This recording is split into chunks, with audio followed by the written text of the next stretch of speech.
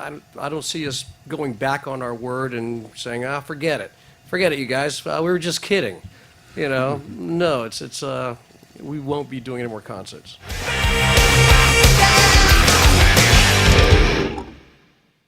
Hello, classic rock fans. We've got another classic rock vlog full of classic rock hot takes here for you today. On this unofficial inaugural video of the new YouTube channel for Play That Rock and Roll. We have a new YouTube channel just for Play That Rock and Roll now. More to come on that a little bit later. I haven't done one of these classic rock vlogs in a while because for me, to do one of these, it needs to be about a news story in the world of classic rock that I have a particularly strong reaction to. And earlier this week we got some news that I absolutely had that. So without wasting any more time, let's get into it. Let's talk about the big news that dropped just this past Monday. Motley Crue, one of the most famous, biggest hair metal rock and roll bands of the 80s, has announced they're going on tour. So for those of you who don't know, this is a big deal because the last time Motley Crue went on tour, it was a farewell tour.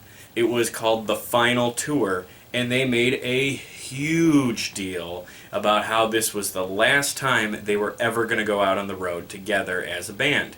There was not going to be a touring aspect to Motley Crue anymore. They announced this in 2014, and the last show on that tour was December 31st, 2015 in Los Angeles. And they made such a production and such a big to-do about this tour that a lot of people, including me, truly believed that this was going to be it for them. They had a big press conference that they showed up to in a hearse. They put these goofy tombstones in front of them when they took questions, and they spent the entire press conference basically talking shit about other bands who do farewell tours. They talked about how this wasn't going to be like one of those. We don't want to be one of those bands that maybe have one guy left in it or somebody's brother or something like that. We want to go out with the 4 founding members of Motley Crue and go out on top. They didn't even want to call it a farewell tour because they thought that the term farewell tour was kind of a joke. It's just kind of known in the music industry that a farewell tour means for now. We just didn't want that farewell word even around. It stinks. Which is why they called it the final tour. There was a very definitive aspect about all of this. Tommy said it best recently when he said a farewell tour is when a band does a farewell tour and then gets back together and does another farewell tour and then breaks up and gets back together until there's no milk left in the titty and it's a rip-off to the fans. And so we decided to call this a final tour and sign a contract telling you that this is real. And to add to this big publicity stunt, all 4 members signed some made-up contract called the Cessation of Touring Agreement or something like that. Basically, legally prohibiting any of them from going out individually and calling themselves Motley Crue. I get the idea that they didn't want, say, Tommy Lee going out on the road with his band and calling it Tommy Lee's Motley Crue, or Nikki Sixx going out, Motley Crue featuring Nikki Sixx, even though it's just, his backing band, aka 6 a.m. And I suspect they probably did this more so than anyone else, specifically for Vince Neil, because Vince Neil tours solo whenever Motley Crue isn't touring, and his show is only Motley Crue songs. Nevertheless, the whole point was they made up a contract and they signed it on camera to make this big deal about how serious this was.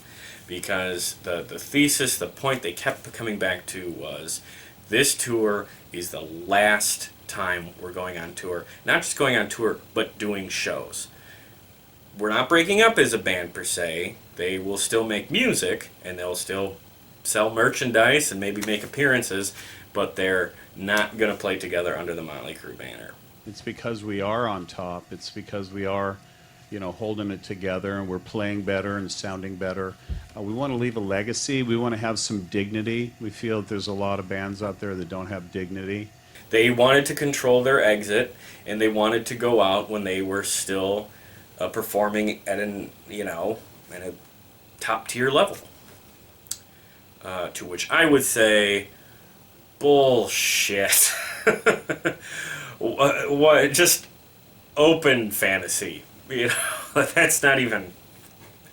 I don't know how you can take that seriously. You cannot take that at face value. I don't know exactly why they really wanted to quit, but I do have some theories, and the one is, and they didn't even hide this, these guys were kind of famous for not liking each other, in these more recent years. You can go online, you can find a lot of comments about how they were getting sick of each other, and especially after the 2014-2015 tour. Tommy Lee said that Nikki Sixx followed him, unfollowed him on social media the day after the tour ended. They were sick of each other. And I think the other reason why is they wanted to work on solo projects. I went to this tour. I went to this tour 3 times. And I went to this tour 3 times because I hadn't seen Motley Crue before. And, I should have said this earlier, but I'm a fan. I love Motley Crue's 80s albums.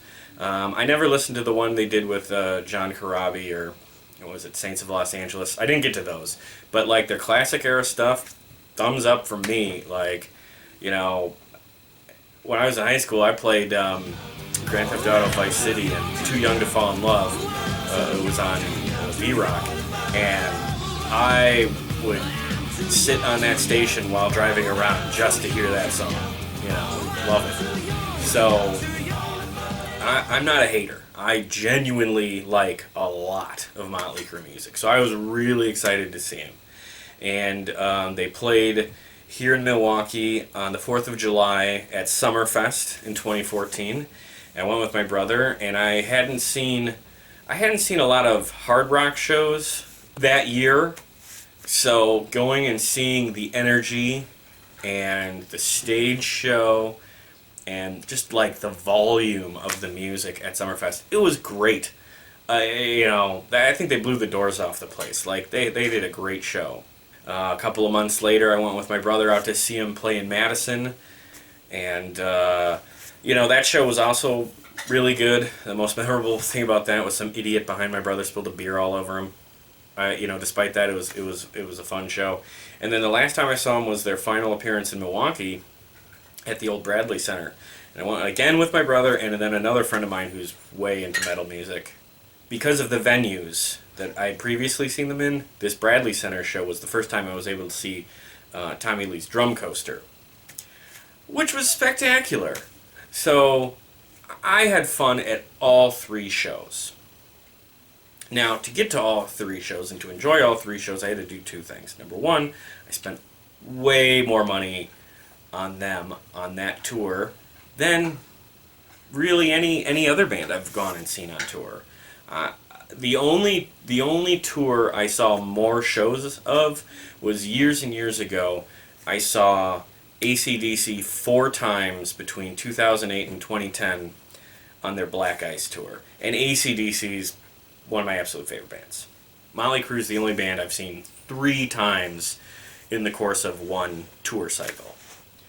And again, I did that because, and I drove out to Madison because these guys were so clear about how this was it. They're done. So these were literally the last 3 times I thought I could see them. So I made that extra effort to get those tickets, which were not cheap, and I had a lot of fun, so I don't regret it. And then the other thing I had to do was I had to be a little forgiving of, to enjoy myself, I had to be a little more forgiving of Vince's vocals. Vince Neil cannot sing like he used to. He sounded bad. Some people call him evil man. Let him in the tooth, he's ever good. he'd be straight up winded at times. And, you know, in the moment as a fan, you kind of like, you just ignore it because you're having a good time. And, you know, I enjoyed the show without being snarky, you know, about his voice, because it was just like, who cares? They're done after this. It makes sense. And in the back of my head, I thought, that's probably also why they're wrapping it up. I can't imagine the other three guys in the band didn't hear Vince and think to themselves, you know, if they're actually all that concerned about legacy and, you know, being at the top of their game, they better call it before it gets too embarrassing. If it had been just a regular tour, just a regular Motley Crue tour, you know, I would have either seen them at Summerfest or at the Bradley Center. I wouldn't have gone out to Madison, and I wouldn't have seen them twice on the same tour, because it was the same show all three times. You know, maybe they mixed up the order of the songs, but I saw the same songs all three times. I joke with my brother. They have a song called Motherfucker of the Year, and I like to say I've heard that song exactly 3 times, and I do not need to hear it a fourth. So that was it. That was my experience with the show, and I imagine I am not the only one who made the extra effort to see them as often as I could, or in, you know, other cases of people who maybe only had a chance to see them once, bought way more expensive tickets than they normally would have to get a better enjoyment out of the show, because this was the last chance they had to see them. Vince Neil talked about this specifically, where he was just like, we want to mark a definitive end so fans know that they're seeing the last show, and that's special for some people. They can say they were at the last show. Maybe I saw them on their first tour, and here I am in Los Angeles seeing them on the final night. This is some closure. This is very cool. I'm glad to be here. Whatever they spent the money on. Doesn't matter now. Totally negated, because they're just going to go out on tour. And not even like a comeback tour, just a co-headlining tour with Def Leppard, with, you know, Poison opening, and I think there's like another band that's supposed to be on the bill. So it's just like a package tour. So now all this emphasis and drama around the final tour is all meaningless for the sake of just a co-headlining tour where they're going to play, what, an hour and a half? If that. I don't welcome this news. I think this tour announcement is a huge insult to the fans who made the effort to see them on their final tour. You know, it's like words don't mean anything. Contracts don't mean anything. You know, I know it was a joke contract, and they're making jokes about it now in their comeback video, but you know, like, they went so far to invent a legal document to show how serious they were about all this, and it means nothing, because what they're saying to their fan community is, our word means nothing, and beyond that, our contracts mean nothing, so don't take anything we say really seriously. And you know what? I don't know why I expected more from Motley Crue. But I did. I think so. I think the whole deal sucks. You might look at me and say, Joe, of course they were going to come back. They're not that old. They're leaving millions of dollars on the table. And people like a comeback story. Fans like a comeback story. It's not fair to hold them to a higher standard just because they made up some stupid contract. And to which I would probably say, fair enough. But I wouldn't say fair enough if it's less than 5 years, which is honestly, like, for some bands, the normal break between tours. It hasn't been 10, 15, 20 years. It hasn't been some long time since they've been on the road. It hasn't been 5 years. It's been 4 years since their last show. So I guess that's my point of contention. It's not even been 5 years. Other bands, a 4 or 5 year break between tours is typical. And when those bands do that, they don't do some over-the-top, self-indulgent final tour bullshit, you know? It's just their normal break. So now the big question is, why now? Why did they want to come back on the road so quickly, again, less than 5 years, after their so-called final tour? What's drawing them back into the spotlight? Well, I think there's a couple of reasons, but they have some official reasons, I guess. I mean, but they might talk more about it later. I think the most obvious reason is The Dirt, not the book, but the adaptation, the movie that went out on Netflix.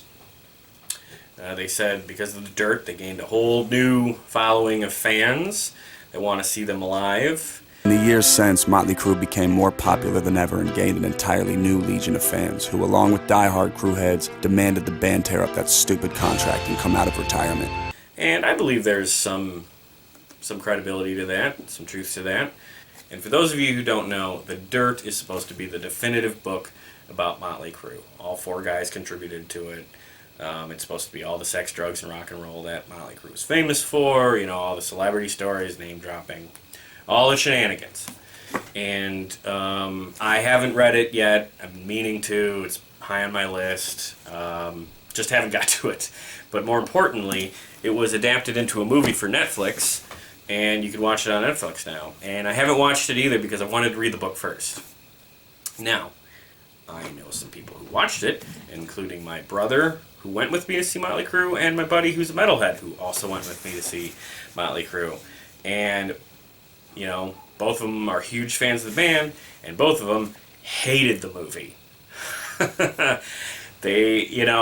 I told them not to tell me why, because I want to read the book and I want to watch it on my own, but they had nothing good to say about it, and they told me I wasn't going to like it either.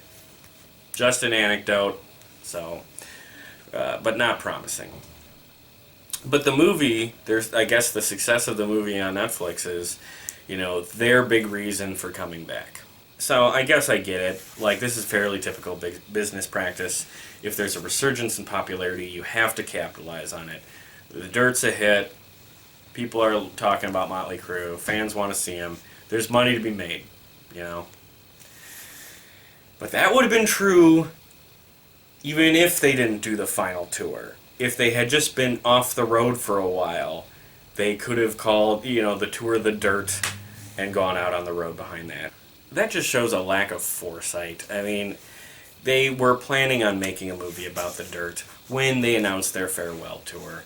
I don't think the success The Dirt had this year truly caught them off guard. There are some other reasons I suspect these guys want to come back as Motley Crue. And first and foremost, most obvious is, I think part of the reason why they ended touring was because they all wanted free time to work on their solo projects. And now that they had all that time, I think what they found was most of the Motley Crue fans, do not care one little bit about their solo projects, particularly 6 a.m. I believe Nicky is the main driving force behind the band, and it wouldn't surprise me at all if the final tour was his idea, and also this reunion was his idea. I think he wanted free time for him to work on 6 a.m., and I think he thought that project was going to be way more successful than it was. I think it was just like a typical solo project, like, oh, okay, they got some albums out, I'll check it out. Maybe not. Mick Mars, has talked about doing a solo album for years, and he did not finish it. He was supposed to work with John Corabi, who sang with Motley Crue when Vince Neil was out of the band. That's sort of interesting because he talked about working with John Corabi in the press conference, or I should say in the lead up to the final tour. He said that was going to be one of his things he was going to work on once the tour was over. And they did get together, and they posted a photo and a song or two, and then the whole project collapsed in 2016, and nobody ever saw that album. That was really the only thing I was mildly interested when it comes to their solo career. And I think that they were expecting much better results, or interest than any of them got. And I think especially with Nicky, there might have been a level of frustration about that. But ultimately, I think there are two main reasons that they're coming back now. And the first is fairly straightforward. Money. They're going to make a lot more money now as a band touring big arenas than they ever were in their solo projects. or appearances or whatever else they do on the side.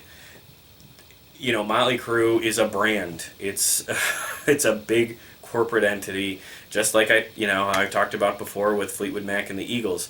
When your band is at that level, you're a cash machine.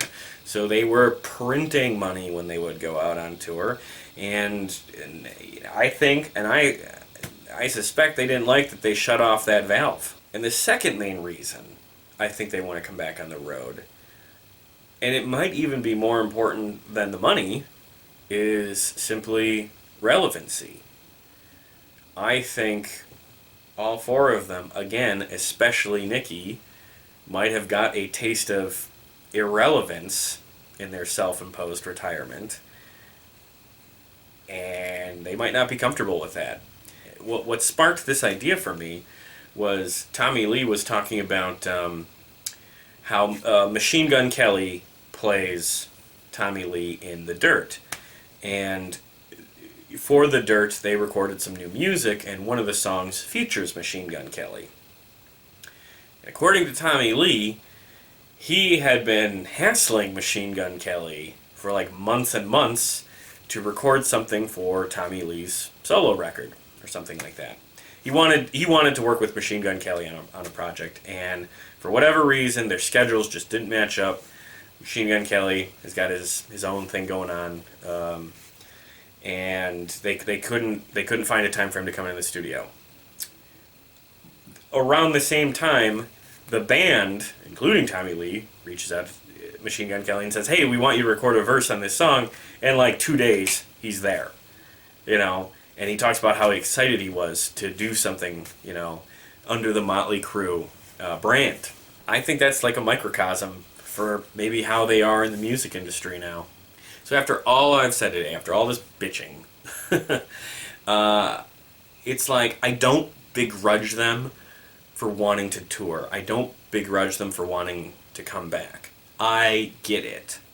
What I begrudge and what I have a problem with was that big, stupid to-do about the final tour. Nikki Sixx once said, "I'll never play another Motley Crue song again, even if I wrote it." They made such definitive and insistent statements about how Motley Crue is not going to tour as a band together. They're not even going to make appearances. And in less than 5 years, they're breaking that all down because, more likely than not, they just had a case of burnout and they didn't know how to deal with it. They got sick and tired of being with each other all the time. They got sick and tired of touring with each other, which is totally normal, which is, lessons that have been learned by every other band, their age and older. So instead of putting out a cutesy video where they blow up their old contract and make a big joke out of it, I think they should apologize. I think it's a lousy thing to do so quickly. If they come to Milwaukee or anywhere near here, I don't think I'll attend. I'm going to stick to my experience with them. I will continue to tell people I saw them on the final tour, and I saw them in their last ever Wisconsin show. And from here on out, I'm just going to pretend that their appearances don't exist, because they don't exist to me. I went to that final tour. That's all I got to say. I know I rambled a bit, but I think I got my point across. So we're going to call it here. There's so many bands out there that just, they're ripping you off. And we're not going to do that. So if you're a fan of classic rock, I'd like to invite you to subscribe to this YouTube channel and follow us on Facebook and Twitter. I'll post those links. And also look for other shows under the Play That Rock and Roll banner on my old channel. Again, all those links are in the description, so you can find that stuff there. But mostly, please subscribe here, because we have a lot of great material on the way. So stay tuned. A lot of good stuff coming in 2020. And if you have any thoughts on the Motley Crue reunion, post those comments below. Let me know how much I'm wrong and how full of shit I am. That's just fine. Or if you think I'm right, or if there's anything I missed. Always love to read the comments, and I respond to them when I can. So with that, I'm not going to go away mad because I got all that out now, but I am going to go away. Thanks again for watching, and we'll see you next time. You keep looking for that loophole. You don't understand. Your lawyer said this is the final 2 words. Yeah, that's right. Yeah, Loophole there. just keep looking for the loophole. We're going to stick to our word. Don't worry,